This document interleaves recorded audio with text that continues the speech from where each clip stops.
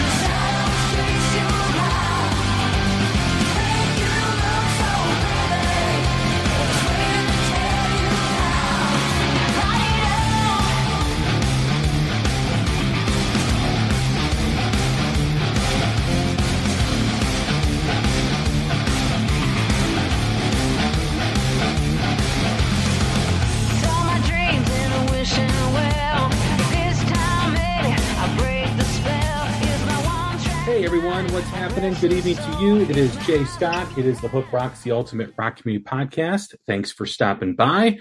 We are part of the Pantheon Podcast Network. You can find all music-related podcasts on their platform. It's a great platform to check out. It's got different types of genres covered throughout different types of podcasts. You can find them at pantheonpodcast.com, on Twitter, Facebook, and Instagram at Pantheon Pods. You can find The Hook Rocks on all three of those platforms. Just search up The Hook Rocks and find us on all podcast platforms. We've had some great episodes recently. We had Stephen Piercy celebrating our 3-year anniversary. We had The Warning on a new music spotlight, as well as some bands like Bourbon House, The Ravagers, and Sam Bam Colton, the guitar player for Dorothy. So check out all those and more. Set your app to automatic download so you get the latest episodes. We have another fantastic episode for you today. It's an artist that I've been wanting to talk to for a while, and I'm happy to finally have the opportunity to get to know her a little bit. She's got a new album coming out, and it is singer, guitar player, Orianthi. How you doing? What's going on? Doing great. How about yourself? Doing well. Thank you again for doing this. I appreciate it. Excited for the new album. Had a chance to listen to it. Sounds fantastic. Oh, thank you so much. Thank you. I had so much fun making it with my friend Jacob Bunton. He's a dear friend for many years, and we made it in 13 days, the whole thing. So got in there, wrote a song a day, and it was kind of a challenge I sort of put upon us both. And I'm like, hey, Jacob, let's make a whole album in 13 days. And he's like, okay. And we got in there. And I mean, you know, the cool thing about, I said this before, like making records with your friends is that you don't have your guard up. So it's really easy to sort of just put everything on the table and say, this is what I'm going through emotionally. So lyrically, it's not weird. You don't hold back. And then musically, we're both guitar players. So we just, pick up our guitars and start rocking out with riffs and go back and forth and whatnot. So the experience was fun. It was fast, and I hope people enjoy it. I think they will. And we're going to get into it. I just wanted to ask you the question we always ask every time we have a first-time guest on the podcast, and that's really what the show is all about. Just like every rock song has a hook that pulls you in, every rock fan has a moment, whether it's a song, an album, a band, or performance that hooked them on rock and roll. What was it for you? There are actually two moments. So my dad, being a guitar player, had an amazing vinyl collection growing up. So I had like Jimi Hendrix, Band of Gypsies, and I also had Abraxas, Carlos Santana. So I got to tell you though, Carlos, for me, when he played Europa, that was a moment that like hooked me for life playing guitar, for sure. And where did it lead to? What were some other influences? When did you want to begin performing? When I was like 6 years old. So, when it came to electric guitar, it was definitely Carlos Santana. When it came to music in general, Elvis Presley, the Beatles, Roy Orbison. My dad would play that a lot, and I would grab his 125 Gibson, which was left-handed at the time, and I'd be like strumming along to Elvis Presley. And that was my first kind of, obsession with music. And I wrote my first song when I was 6 years old. And I was kind of an attention whore from 6 onwards. Well, as far as writing lyrics, as we talk about with the present album, you mentioned making records with your friends helps you leave your guard down with what you're dealing with emotionally. When you write, is it personal? Is it observation? Are you trying to tell a story? Where do you get your inspiration for lyrics? Oh, it's pretty much what I've gone through. I don't hold back lyrically. Like if I go through a heartbreak relationship or something's messed up or whatever, I put it all in there, even things that are said like word for word, like I don't hold back lyrically because I feel like music is honest. It should be honest, and that's what not only heals yourself and when you're able to like create it, but also with other people when they hear it, they're going through a similar thing that could comfort them or help them. So music's done that for me. And, you sort of feel like a servant when you become a musician. Like, when you create, it's like when I got messages with my first record, Believe, like Courage and a few songs like that. And According to You, whatever it was, like this helped me through a really difficult time in my life. And that meant a lot to me. And so I never hold back with lyrics or anything. When you deal with those experiences through writing and you have to revisit them, and you mentioned heartbreak, it could be another situation, happy, sad, whatever the case is, how do you get to those emotions again, and how do you navigate through that by reliving that experience? It's definitely tough for sure. And I, it's funny that you should say that because I was thinking about the other day, I was talking to my friend, it's like when we're like manifesting a future and all this stuff as musicians, especially when you play the blues, especially when you play a heartbreak song, you're singing about a past experience, right? That isn't positive. That's something that's bringing up some emotions within you that don't serve you well, right? But you kind of want to do that at the same time to help other people that are going through it at that present moment. But yeah, it's a strange thing. I'm a pretty emotional person. So yeah, when I do sing those songs, they do take me back to that place and I just quickly snap out of it, and then you play a happier song or something else. So by the end of the concert, kind of go through those emotions together, and I think that's what it's all about, taking people on a journey, musically, emotionally, everything. So, but it is tough sometimes when you sing a song and you're like, oh, I was going through that again, for sure. Absolutely. You mentioned that music has the power to remedy heartbreak or be therapeutic. Writing the song has to be therapeutic as well. And the farther you're removed from a situation, does that give you clarity sometimes? Does it give you a different perspective? Yeah. Time, as I said, like is a big healer. And as you sort of like, go into different experiences and different things that you do, for sure. I think that I said, like, music is a healing thing. And when you're writing the song, by the end of it, you go, okay, it's like a therapy session. It's like you sit there with a producer or another writer and you sort of bounce off each other, and it's kind of like going to as I said, like a therapy session or something, or meeting with your spiritual healer or your friend, and chatting about it. And it's good sort of get it out and put it in, make art out of it, And and once you write it and perform it and it's out for people to listen to, it becomes theirs, right? It becomes the listener's song. It becomes how they interpret it. It's no longer just you, just your emotion. It reflects and connects with other people. And that's a very powerful thing for a songwriter, for a performer. How do you, when people connect with the song maybe differently than what you intended, are you okay with that? Is it really up to them how they want it? How do you feel about that? Oh yeah, if they connect to it on any level or whatever it is, and it helps them, or they makes them feel a certain way, happy, obviously that's something you want. You don't want your songs to make people depressed. But yeah, so yeah, I mean, for me, for sure. I mean, someone comes up, like yesterday I was playing in Vegas. I played the halftime show over there for the Raiders, and a couple of people came up and they said, "According to you, still my jam," after like 12 years.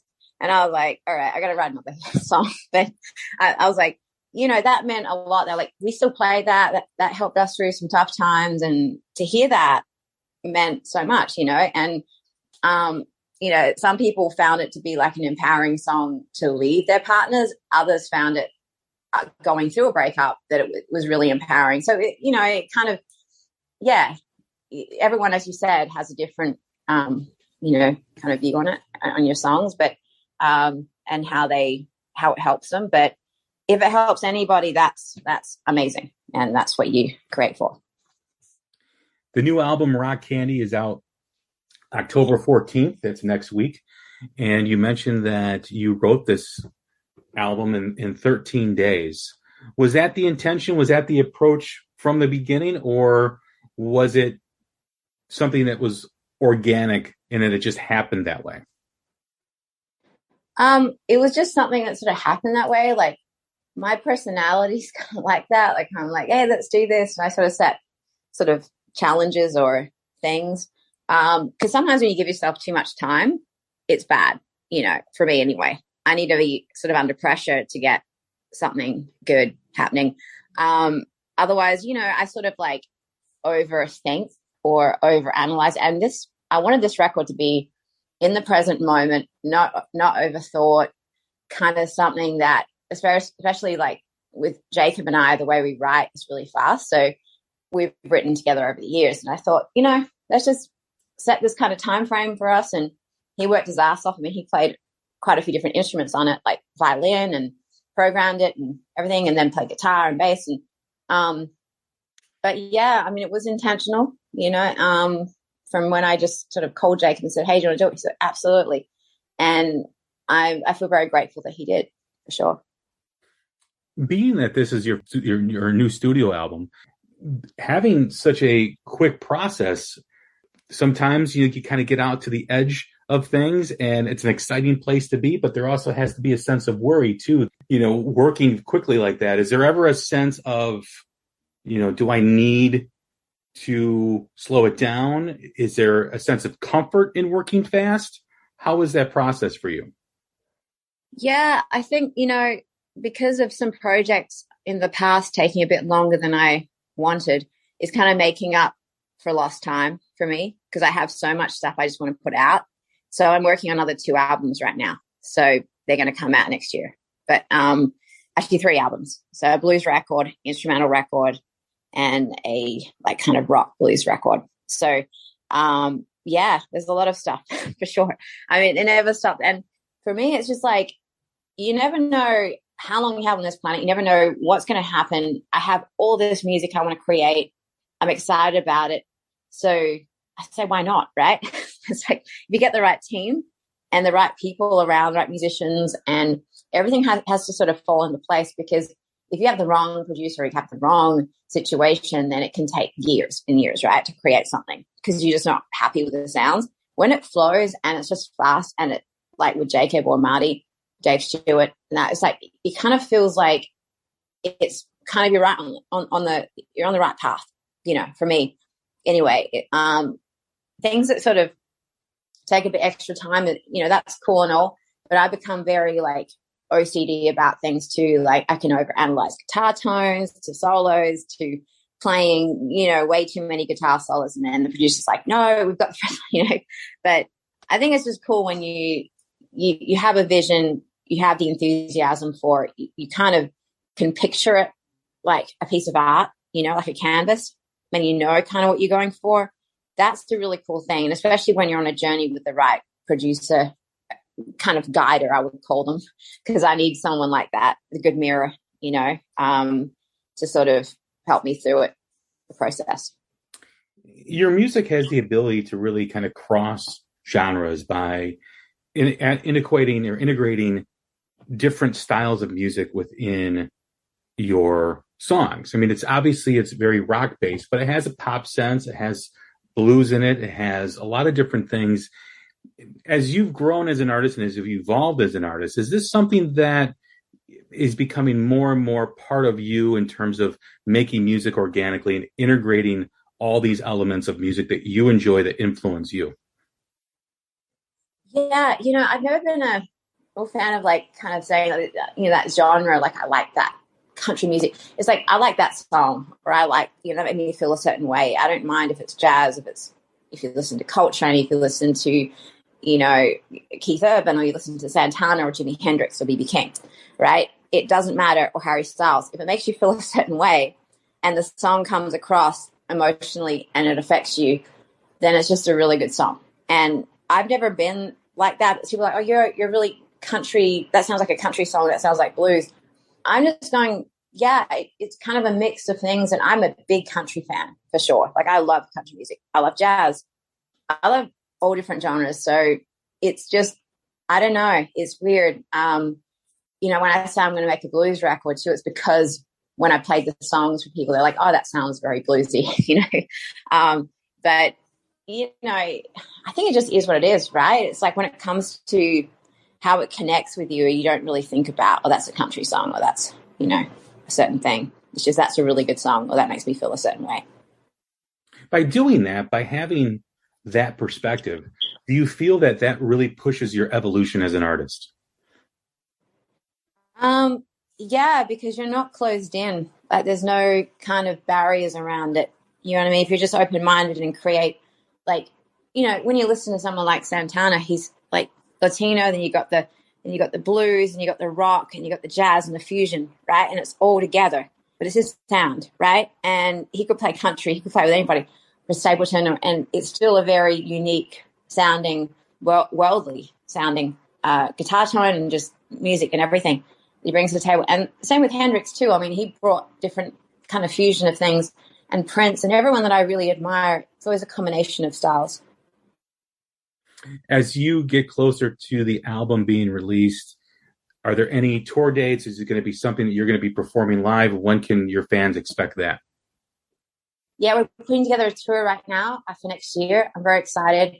Going to Australia, and then we're going to Asia, going to Europe as well, possibly Brazil as well. I'd love to go over there. A lot of people have been writing. We're going to try to figure it all out. It's been a minute since I've really put together a proper sort of tour, or like lots of festival dates and all that kind of stuff. But next year is a year, and I got a whole new team around me now, new manager, new agent, everybody, and they're just good people, and I'm really excited about the new path and all that. So can't wait.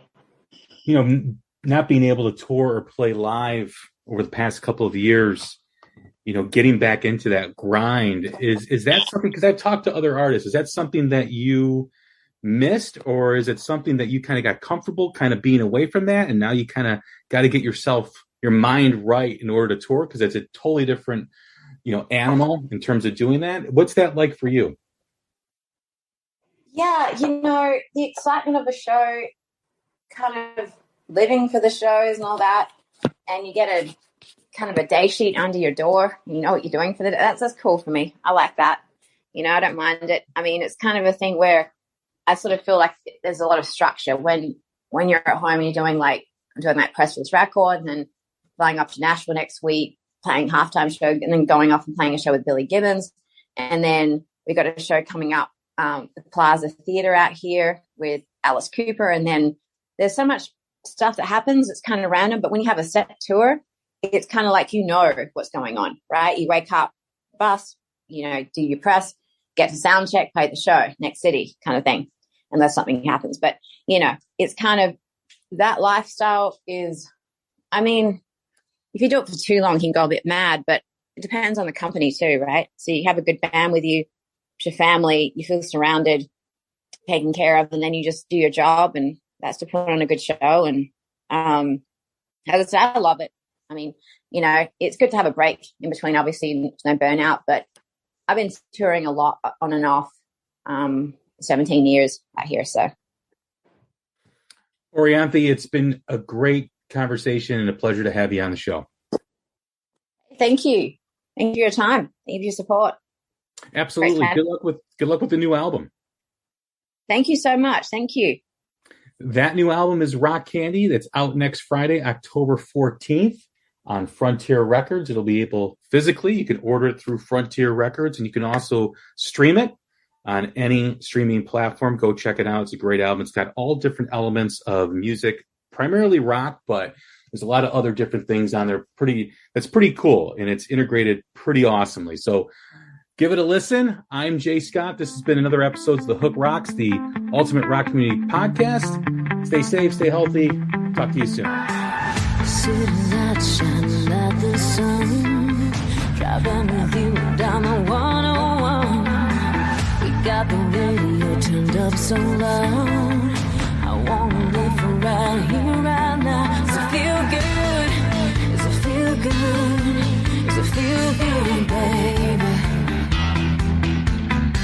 So let's drive into something sweet. I can see we got the burning.